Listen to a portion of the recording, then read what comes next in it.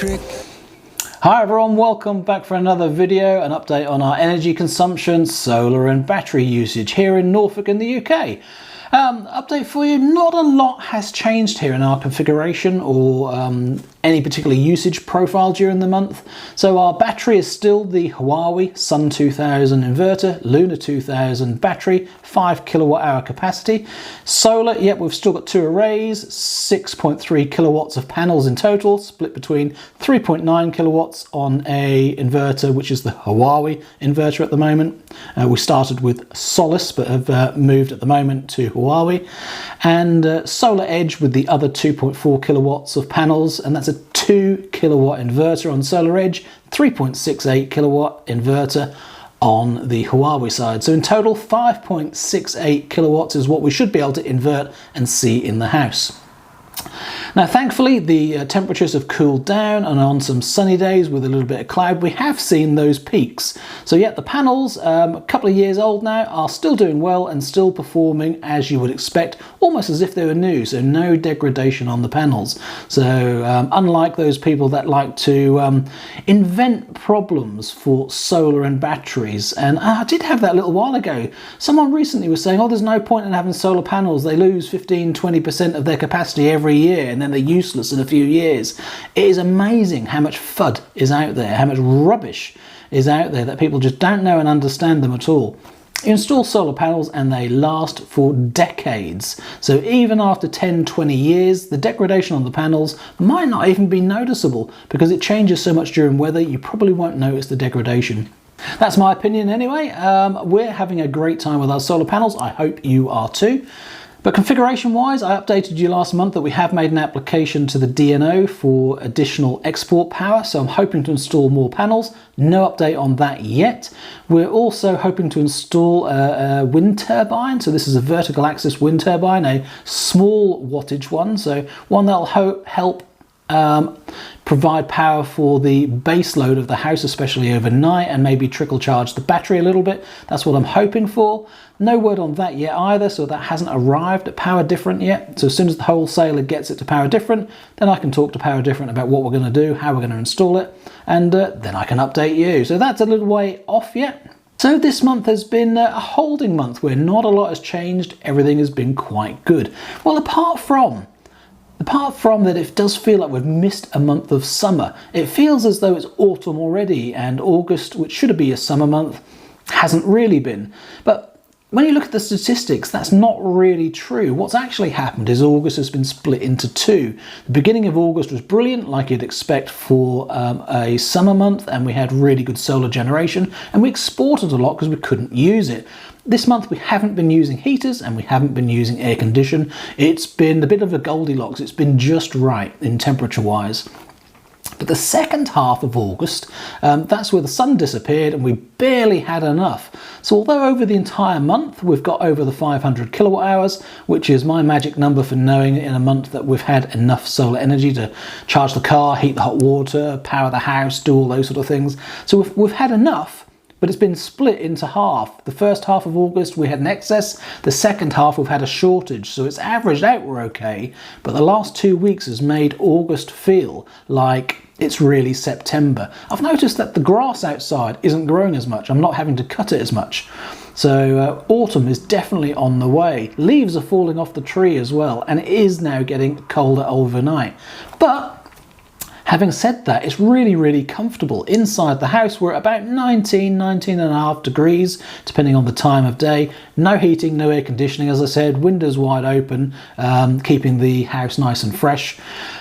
So at the moment, not a hint of having to turn the heating on. But of course, the actual temperature of the house and how it feels is very, very different, isn't it? Because when you go from summer to winter, it suddenly starts to feel cold. You're used to the heat. So you're tempted to turn the heating on, where in reality, it's actually a good temperature. For us, normally we won't have the heating on until about October, and sometimes it'll last all the way through to the first week of November before we actually need the heating. So that's what we're hoping for, because this year we're doing that test, aren't we? I'm going to try and get by without using our boiler this year. So when we need hot water and we haven't got enough solar, I'm going to boost it with the Eddi and use electricity. when the house needs warming, we'll put portable oil-filled radiators on to warm the house up instead of the boiler.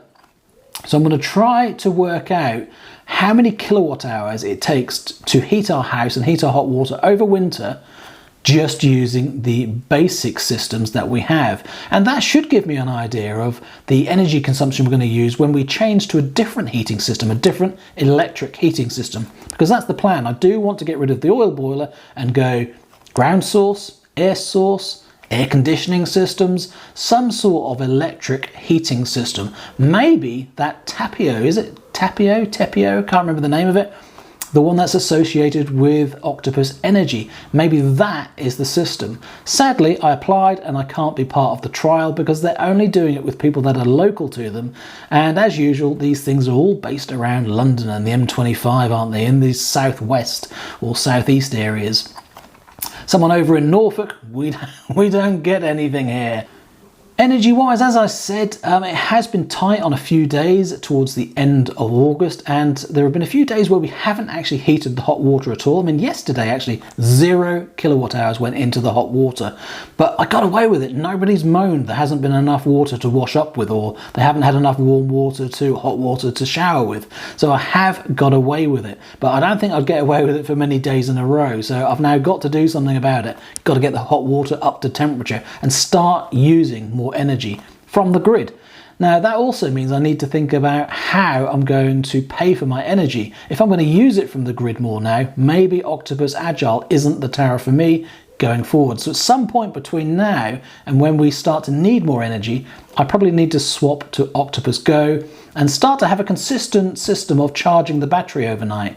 Because if I can, say, charge the battery at something like 3 or 4 o'clock in the morning, up to a minimum of 60 or 70% state of charge, still leaving some headroom to charge from solar, but also not needing so much solar energy to charge the battery, then that should give me more solar energy during the day to heat the hot water. So that's the idea anyway, to start to do more things overnight on cheaper electricity, and that will allow me to utilise the solar energy for more of the base load and more of the things that need to be done. And also, I've only used Agile so far from Octopus Energy. So I'm only used to using that and seeing the price change on a half-hourly basis. It will be nice to have a tariff where for the half the year, the whole year, I just set things up to start charging and start using just the once and then leave it alone and just get used to it working on its own. Agile last year, because I didn't use any automation with our Give Energy battery that we had last time, I used to set the timers to different times every single day to optimize how cheap the energy was that we were charging and heating hot water from overnight. Whereas that really was a pain, changing the timers every single day. So I am looking forward to having a tariff where I don't have to do that. But again, I only do these things because I want to test it. I want to feel what the difference is and understand. And then from having actually experienced it, I'll know what I want to do permanently going forwards. So that's what was going on here. So over to the statistics. How have we been getting on over the month? Now don't forget, leave me some comments below in the video. I'd like to know how you're getting on, especially that very comparable number if you look at how many kilowatt hours you've generated and then divide it by the kilowatts of solar panels that you actually have. So it's the amount of kilowatt hours you're generating per kilowatt of solar panels on your roof. And that's a good like-for-like comparison that we can all share to see who's been getting the better weather and who's got the better system. Anyway, leave me some comments how you're getting on. Here are the numbers. Let's start with solar generation. So on the first array, that's the Huawei system, we managed 368 kilowatt hours of generation. Solaredge array, 224 kilowatt hours of generation. Total generation, 592 kilowatt hours. And the power per kilowatt of panels installed is only 94 kilowatts per kilowatt P and 93 kilowatt hours per kilowatt P. Pretty low compared to previous months. Looking back at past performance from solar generation, you can see that August really hasn't been that great a month. In fact, it's only about 10% more than March, so it really doesn't feel like a summer month. And moving on to import from the grid, 7 kilowatt hours for the month. So basically we haven't run out of battery energy, haven't gone over the capacity of the battery and how much power it can deliver, and haven't drawn any energy from the grid overnight. Effectively, we've done really well and almost been off grid. 7 kilowatt hours for the entire month. Export back to the grid, as I said earlier, the start of the month we were exporting more, the end of the month we were hardly exporting anything, but 162 kilowatt hours in total went back to the grid. And the price we paid for our energy last month was £7.78 including standing charge, this month £7.95, an average of 24.49 pence per kilowatt hour. Thank goodness we only used 7. And we managed to divert 106 kilowatt hours of solar energy through the Eddi into our hot water. That's a bit less than normal. I think in other summer months we've been around 120, so I think that shows the few days that we've had not so hot water. Our Myenergi Zappi has diverted 132 kilowatt hours of solar energy into our mini electric. It says here 29 came from the grid, but of course it doesn't know that we've got a battery, so most of that 29 kilowatt hours came from the home storage battery. And on a couple of road trips that we've done videos for, we did add 20 kilowatt hours at pod point chargers at Tesco's for free. And finally, just a couple of things to note with the Casa smart plugs monitoring energy usage in the house. The air fryer is getting some really good use now. 7.5 kilowatt hours for the entire month, but on average, look, just 0.4 kilowatt hours a day. We really are finding that an air fryer is so useful for everything from defrosting rolls or freshening them up just before a bacon roll or something like that, all the way through to cooking. We really are making very good use of an air fryer rather than the oven. I mean, after all, it's just a small oven really. It's not really a fryer.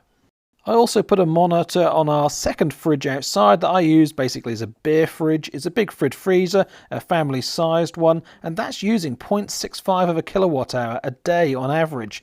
That's quite a lot. On some days it was up to 0.75, so turning that off, that's going to save us 3/4 of a kilowatt hour every day.